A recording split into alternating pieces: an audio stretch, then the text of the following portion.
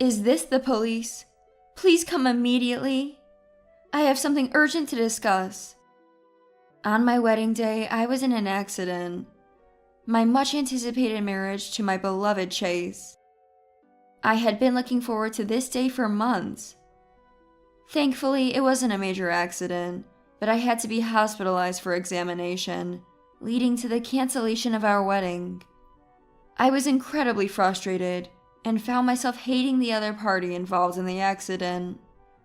They insisted it was my fault and demanded money. While at the hospital for a report to the police, I reviewed the dashcam footage and heard a shocking conversation between Chase and my mother-in-law, Marissa. I couldn't believe it.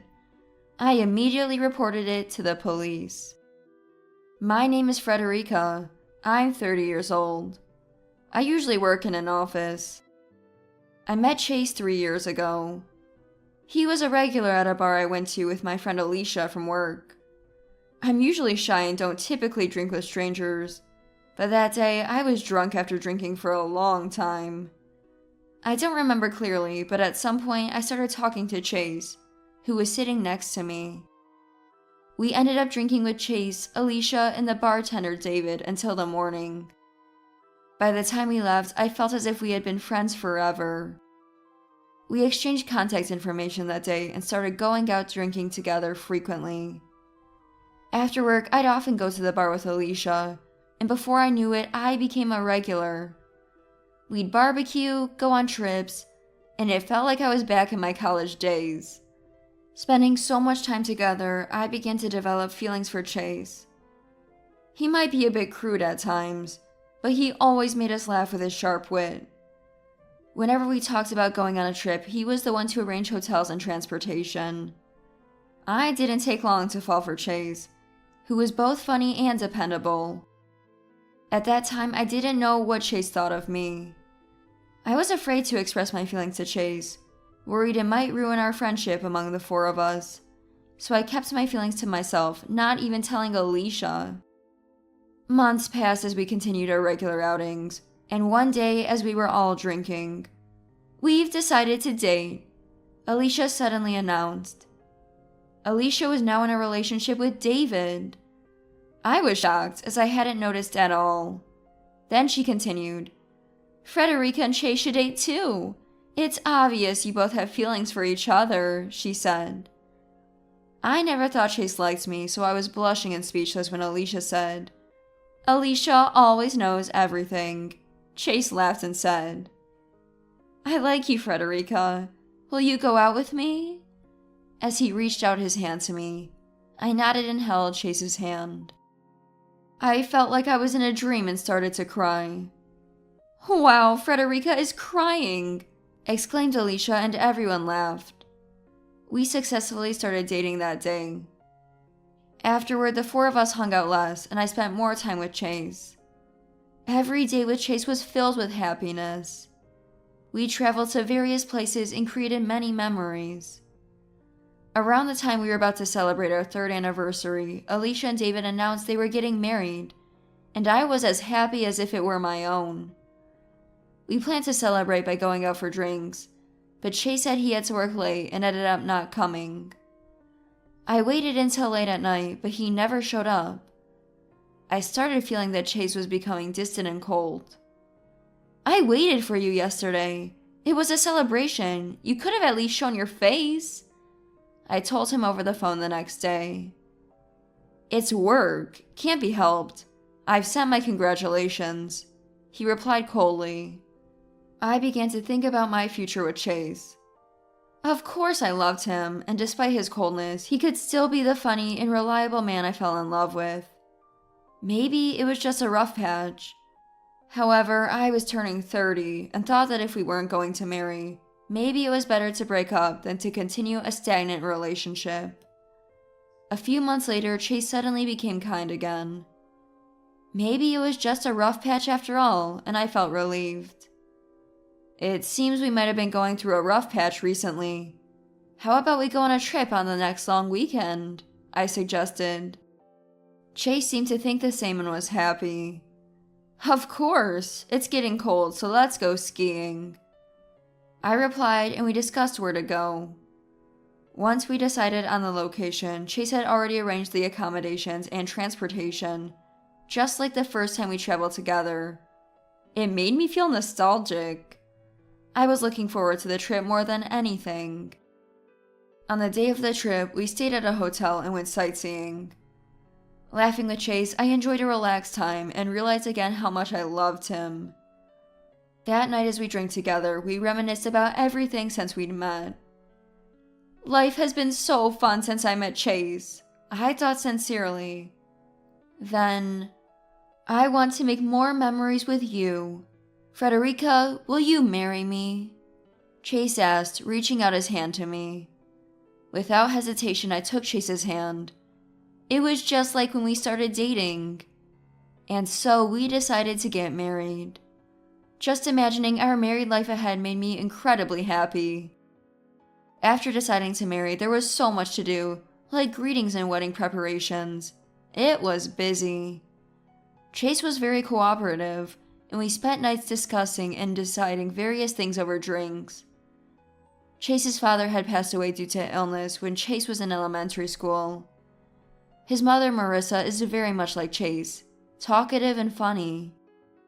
One thing that bothered me a bit was when the three of us talked, she never looked at me. Even when we were making our marriage greetings, Chase and she would get caught up in the conversation, and I would just be laughing beside them. I was a little concerned about her not looking at me, but I tried to think she might be as shy as I am. I hoped we could gradually build a good relationship. I assumed that I would spend the day before the wedding with Chase. After bringing in the luggage and having a brief meeting, when we got home in the car, "I'm staying at my parents' house tonight. See you tomorrow," Chase said. "Wait, aren't we supposed to spend today together?" I asked. "No, we'll live together from tomorrow. Today, I have to be filial," he replied. Chase had been cooperative with the wedding preparations, but he had been staying at his parents' house these past few days. Even yesterday he stayed there, and I had to prepare the luggage alone before picking him up by car for our meeting. We drove to the venue together. Since we had also returned by car, I didn't expect him to go back to his parents again. He ended up taking a taxi to his parents' house that night. It bothered me a little, but from tomorrow we'd be together forever. Once the wedding was over, we had plans for a honeymoon. Filial piety is, of course, important. I decided to be positive and endure just for today. That night, while taking a half-body bath, I looked back at photos of memories with Chase. I was a bit nervous but fell asleep imagining the guests enjoying themselves. In my dream, I was having the wedding. And on the morning of the wedding day, I was awakened by Chase's phone call. Worried I had overslept, I checked the time, but it was still earlier than I had planned to wake up. "What's up? So early in the morning?" I asked. "Frederica, sorry. I forgot the shoes I'm supposed to wear today. Thought I brought them over. They're still in the car. Can you bring them over?" Despite being pushed by Chase's rush. "What? I can't drive today because of the alcohol. I'll take a taxi," I replied. "No, Mom's driving back home. She doesn't drink, so don't worry about that. It's already arranged," he said. Half asleep and not wanting to talk any further. "All right, talk to you later," I replied. The wedding venue was about a 20-minute drive away. I sometimes drove, and if Marissa was going to take the car back, I wouldn't have to worry about the return trip. Chase seemed in a hurry, so I reluctantly proceeded with the preparations. I checked multiple times for any forgotten items and confirmed Chase's belongings in the car. To avoid traffic, I left home a bit early. Today was an important day. I drove more carefully than usual to the venue. Just a short distance from the venue, the car next to me suddenly tried to change lanes. Startled, I braked, but before I knew it, I had collided with the other car. I had never experienced a traffic accident before and was so shocked that I barely remember the moment of impact. All I remember is feeling a huge shock throughout my body.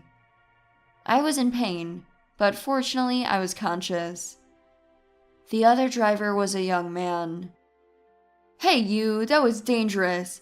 I'm going to demand compensation," he yelled at me. I thought to myself, who was the dangerous one here?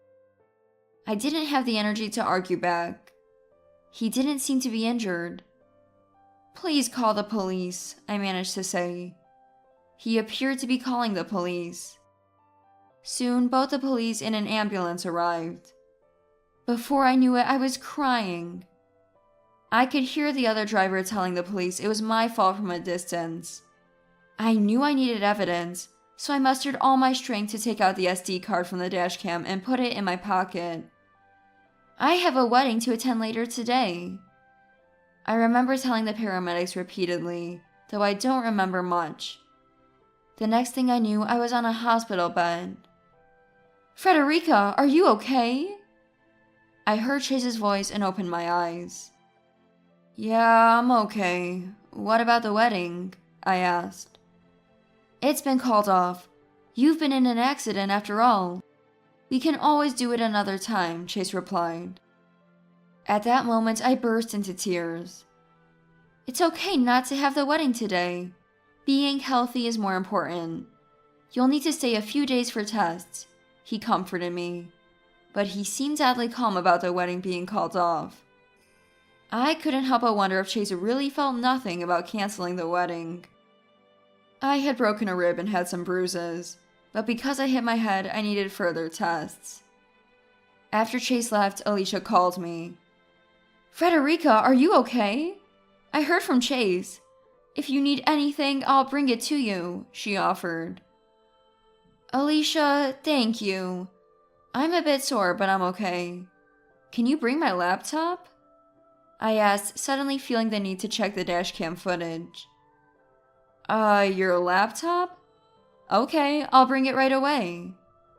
Alicia seemed surprised but agreed. Alicia lived nearby, and within 20 minutes she and her husband arrived at my room. "Frederica, I'm so glad you're safe," Alicia said, hugging me while crying. Seeing her face, I started crying too. I was so happy to have friends who cared about my safety, but it made Chase's calmness all the more concerning. "Here's your laptop." Alicia handed it to me, and I pulled out the SD card from my clothes and played it. The accident was clearly recorded. "What is this? This is too dangerous."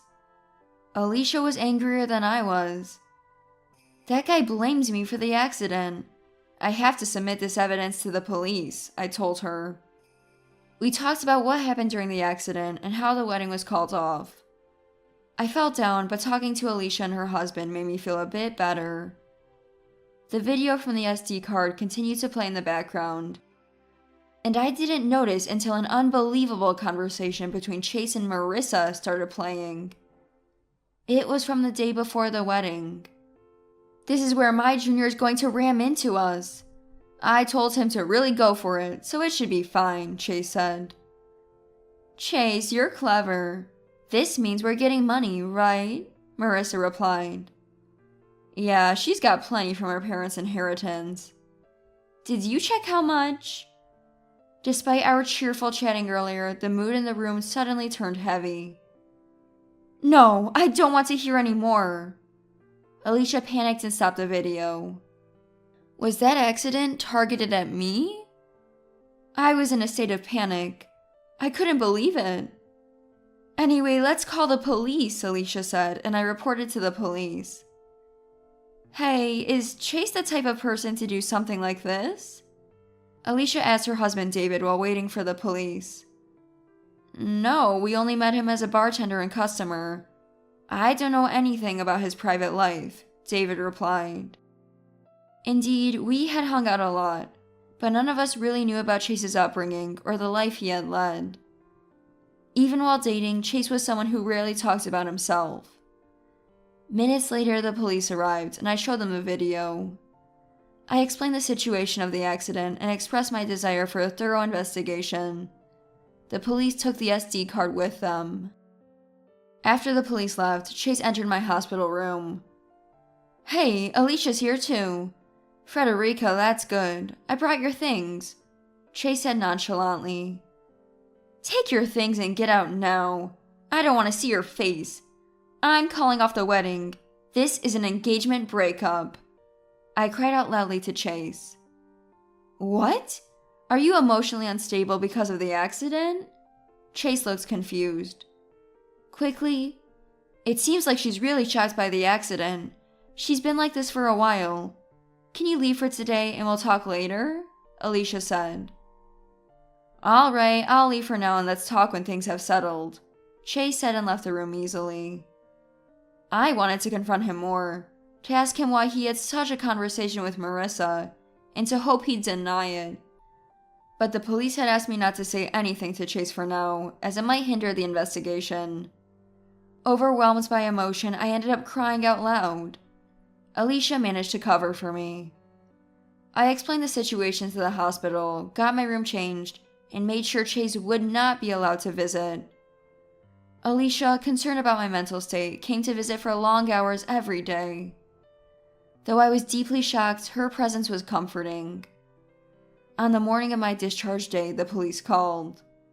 Chase, Marissa, and the man involved in the accident, Eric, had been arrested. I was flooded with a mix of emotions I couldn't quite understand, and cried with Alicia, who came to pick me up. According to the police, Chase and Marissa were after the inheritance I received from my parents, who died in an accident 4 years ago. As I had no siblings, all of it had come to me. The shock had been so great that I couldn't recover for a year. It was Alicia who started taking me out to cheer me up. The inheritance was substantial, but I hadn't touched it at all. I had drunkenly mentioned it once while we were all drinking. Initially, while Chase might have been after the inheritance, he genuinely came to care for me and thought of marrying me. But as our relationship continued, his interest waned, and he wanted to break up. However, breaking up meant he could no longer access the inheritance. Chase had lived a flashy life in his youth, and Eric, who caused the accident, was one of his junior friends. In the past, Chase and Marissa had been caught for a similar scam involving an accident, but it had been dismissed due to insufficient evidence. They planned to enact the same scheme on our wedding day to get money from me. The plan was for me to be severely injured, the wedding never happening, leading to an eventual breakup, and then they would pressure me for the inheritance and compensation. Hearing that they also planned to fabricate evidence of infidelity to claim alimony in the case of engagement breakup was terrifying. The one mistake Chase made was forgetting to remove the SD card from the Dashcam. The original plan was to have removed it. Hearing everything, I was relieved that we hadn't submitted the marriage registration. My injuries were minor, but given the severity of the crime, Chase wouldn't be leaving prison anytime soon. After discharge, I stayed with Alicia and her husband until I recovered. "Frederica, let's eat steak together today," Alicia said. I was so grateful for her. Normally, I wouldn't have been able to recover from such a shock, but with her help, I was enjoying my days. We visited my parents' grave together. I am grateful to them for giving me a strong body and wonderful friends. I prayed and thanked my parents. I haven't touched the inheritance yet. My injuries have significantly healed. Soon, I plan to start living alone near Alicia's house.